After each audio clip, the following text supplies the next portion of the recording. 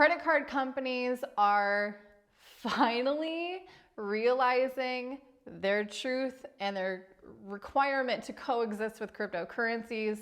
More and more of them are coming around, but what does that really mean for you as a crypto user? That's what we're talking about today. If you guys are interested, please hit the like button, hit subscribe. If you haven't yet, a lot of people are watching these videos. Maybe it's you and you haven't hit subscribe. We put out videos every single day talking about cryptocurrencies, what's happening in the news, how is it relevant, and how things are developing, and inputting our own experience. Having been in this cryptocurrency space for over 8 years, there's a lot that we've learned and a lot of things that we've seen develop. If you want to learn even more, check out the CT Club down below. We give our members there access to our crypto portfolio, trade alerts, market updates. Anyway, MasterCard is now coming out as saying they need to help cryptocurrency payments become super easy, basically as easy as contactless card payments. Usually rhetoric like this, they're talking to people who have never made a cryptocurrency payment, transaction, transfer. They never send crypto anywhere. Most people who have never used crypto, then they do for the first time, they're amazed at how easy it is, how fast it is, and how cheap it is. Tell me who would be disrupted by that type of technology. Banking systems and credit card companies and their payment processors. So for them to say like, oh, we need to make crypto even easier. Yeah, they're trying to make themselves sound a lot more relevant. These days, you can spend crypto on your phone just by scanning a QR code and it goes through within seconds. So very similar actually to contactless card payments.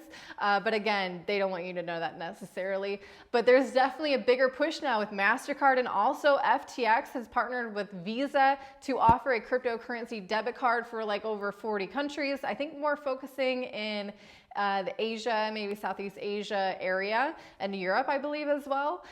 So we'll see how that develops. But what we need to know about these crypto debit cards, like back in the day, like 5, 6, 7 years ago, the attempts at crypto debit cards, they were done so because a lot of people wanted to use them to get around KYC, to interact with their cryptos in a more private manner, and to spend them in their daily life. There is definitely a benefit to crypto debit cards in that regard. If you want to be using your crypto on the daily, not just stacking sats and holding them for the next generation, you want to actually use your cryptocurrencies. Crypto debit cards are pretty good at this, but as the years go on, more and more KYC information is being required. If you do some research on crypto debit cards, there are some, this needs to be a warning, some of them are too good to be true. Some of them say you don't need any KYC, there is no limits on your card. That is BS. The best case scenario for you for no KYC on a crypto debit card is that you basically usually have a lifetime limit of like $2,000. So after that you hit that limit, you're gonna have to get another one issued, and another one, depending on what your payment status is and how much you're dealing with. Otherwise, with this Visa and MasterCard guaranteed, you're gonna need a lot of you're going to need to fork over a lot of invasive information to be approved to use their system. But also, they're saying that they're going to be using MasterCard approved digital assets. We are seeing really hard, these systems are trying to prep you for CBDCs.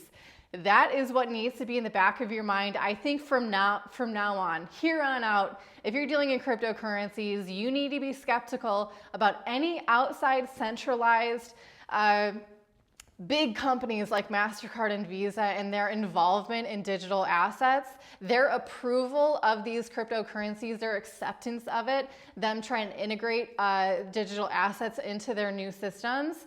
They're doing so, maybe they're testing it out with crypto, but eventually it's going to be CBDCs and it's going to change. They're going to lure you in and then they're going to trap you with a CBDC. So definitely keep that in mind, especially when you're going through KYC stuff and you want to protect your privacy for any reason. Privacy is normal. We all have a right to protect our privacy for whatever reason we need.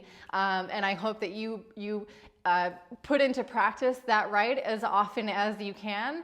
But anyway, that's what I see with this news of MasterCard. Lastly, really quick, we have an update for some other exchanges, big exchanges that are also blocking out Russians, and actually a huge wallet provider Blockchain.com has been around forever.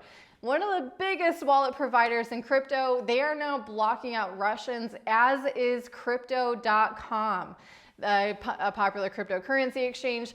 Each of these are blocking Russian users, probably because some part of their business or infrastructure is based in the EU and it has to do with their payment processing, and so they have to abide by the EU's new sanctions against Russia.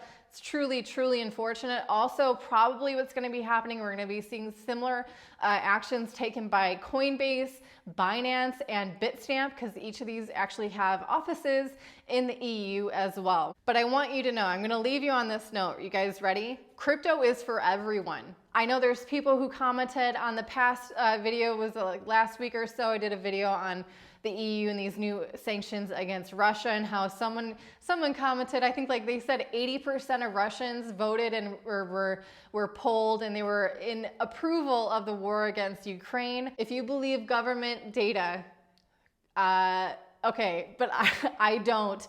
And personally, I know many Russians who are against this war and who would love to participate freely in cryptocurrency as best they can. And these people are going to find ways to interact in crypto because, again, cryptocurrencies are for everyone. Self-custody, decentralized exchanges, these are freedom tools that I think everyone should learn how to use. If you have a wallet that generates a private key for you and you have access to that private key, you are the sole owner of that private key, you are in full ownership and custody over your cryptocurrencies. You're not involving a third party to store or manage your cryptocurrencies for you. Additionally, VPNs like Mullvad are amazing. MULLVAD. I'm saying this information for Russians and for everyone because Russians are in the hot seat now, but who's going to be next? What is your government doing that might be deemed inappropriate and you're going to be finding yourself on a sanctions list next? And why should you be the collateral damage of whatever is happening politically around the world? You should definitely be interested in protecting your freedom and knowing how to do that. Ledger, Trezor, Electrum, mycrypto.com, these are all wallets that help you interact with many different cryptos. Electrum is for Bitcoin specifically, and mycrypto.com is for Ethereum and Ethereum-based tokens. Also, decentralized exchanges like Thorchain, like Uniswap, and like Bisq.network, BISQ.network. If you're using these with a VPN, you can be very free in cryptocurrencies. So again, using Mullvad with these other tools are a great way that ensure that cryptocurrencies are for everyone. So thank you everyone for tuning in. Don't forget to hit like and hit subscribe. I'll see you again real soon. Bye guys.